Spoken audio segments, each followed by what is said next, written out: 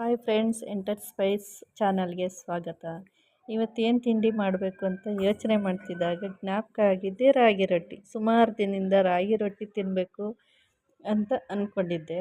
ಇವತ್ತು ಮಾಡೋಣ ಅಂತ ಹೇಳಿ ಡಿಸೈಡ್ ಮಾಡಿದೆ.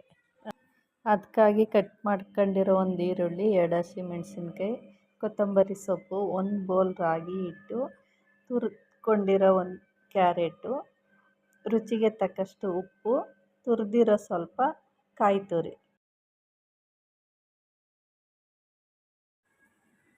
ಎಲ್ಲನೂ ಹಾಕಿ ರಾಗಿ ಹಿಟ್ಟು ಜೊತೆಗೆ ಮಿಕ್ಸ್ ಮಾಡಿ ನೀರು ಹಾಕಿ ದೋಸೆ ಸರಿ ಅದಕ್ಕೆ ಮಿಕ್ಸ್ ಮಾಡಿ ಸೈಡ್ಗೆ ಎತ್ತಿಡಬೇಕು.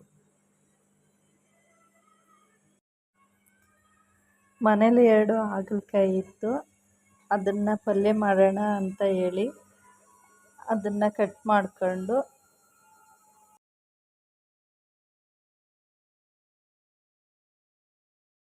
ರೌಂಡ್ ಶೇಪಲ್ಲಿ ಕಟ್ ಮಾಡಿಕೊಂಡು ಬೌಲ್ಗೆ ಹಾಕಿ ಅದನ್ನು ಬಿಸಿನೀರು ಹಾಕಿ ತೊಳೆದಿಟ್ಕೊಂಡಿದ್ದೀನಿ.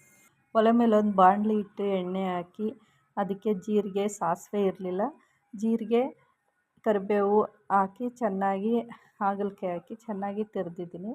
ಅದಕ್ಕೆ ಸ್ವಲ್ಪ ಬೆಲ್ಲ ಹಾಕಿಟ್ಟು ಮುಚ್ಚಿದ್ದೀನಿ. ಮಿಕ್ಸಿ ಜಾರ್ಗೆ ಕಾಯಿ ತುರಿ, 1 ಟೊಮೊಟೊ, ಈರುಳ್ಳಿ, ಸ್ವಲ್ಪ ಹುಣಸೆಹಣ್ಣು ಹಾಕಿ ರುಬ್ಬಿದ್ದೀನಿ. ಮುಚ್ಚಳ ತೆಗೆದು ಅಲ್ಲಿಗೆ ಸ್ವಲ್ಪ ಉಪ್ಪು ಹಾಕಿ ಮತ್ತೆ ಅದನ್ನು ಉಲ್ಟಾ ಮಾಡಿ ಹಾಗಲಕಾಯಿ ಎಣ್ಣೆಯಲ್ಲಿ 5 ನಿಮಿಷ ಬೆಂದ ಮೇಲೆ ಅದಕ್ಕೆ ರುಬ್ಬಿರೋ ಮಸಾಲೆನ ಹಾಕಿ ಚೆನ್ನಾಗಿ ತೆರೆದು ಈ ಕಡೆಯಿಂದ ಆ ಕಡೆಯಿಂದ ಮಸಾಲೆ ಎಲ್ಲ ಹಾಗಲಕಾಯಿಗೆ ಅಂಟ್ಕೊಳ್ಳೋ ರೀತಿ ಚೆನ್ನಾಗಿ ತೆರೆದು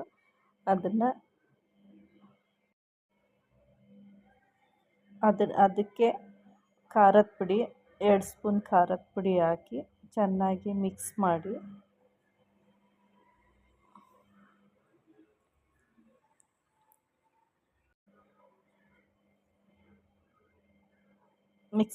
ಚೆನ್ನಾಗಿ ಮಿಕ್ಸ್ ಮಾಡಾದಮೇಲೆ ಅದಕ್ಕೆ ಸ್ವಲ್ಪ ನೀರು ಹಾಕಿ ಈ ಕಡೆಯಿಂದ ಆ ಕಡೆಗೆ, ಆ ಕಡೆಯಿಂದ ಈ ಕಡೆಗೆ ಮಿಕ್ಸ್ ಮಾಡಿ ಮುಚ್ಚಳ ಹಾಕಿ ಮುಚ್ಚಿ 10 ನಿಮಿಷಗಳ ಬೇಯಿಸಿ ಆದಮೇಲೆ ಈ ರೀತಿ ಹಾಗಲಕಾಯಿ ಗೊಜ್ಜು ಸಿದ್ಧವಾಗುತ್ತದೆ. ಈಗ ಮೇಯ್ನಾಗಿ ಬೇಕಾಗಿರುವಂಥ ಹುಚ್ಚಳ ಚಟ್ನಿ ಮಾಡೋಣ. ಹುಚ್ಚಳನ್ನ ಒಲೆ ಮೇಲೆ ಪಾತ್ರೆ ಇಟ್ಟು ಅಲ್ಲಿಗೆ ಹಾಕಿ ಚೆನ್ನಾಗಿ ಗರಿಯಾಗಿ ಹುರಿದು ಅಲ್ಲಿಗೆ ಒಣಮೆಣಸಿನ್ಕಾಯಿ, ಕರಿಬೇವಿನ ಸೊಪ್ಪು, ಕಾಯಿ ತುರಿ ಸ್ವಲ್ಪ ಚೆನ್ನಾಗಿ ಹಾಕಿ ಹುರಿದು ಕೆಳಗಿಟ್ಟು ಆರಕ್ಕೆ ಬಿಡಬೇಕು. ಇದಕ್ಕೆ ಜೀರಿಗೆ, ಮೆಣಸು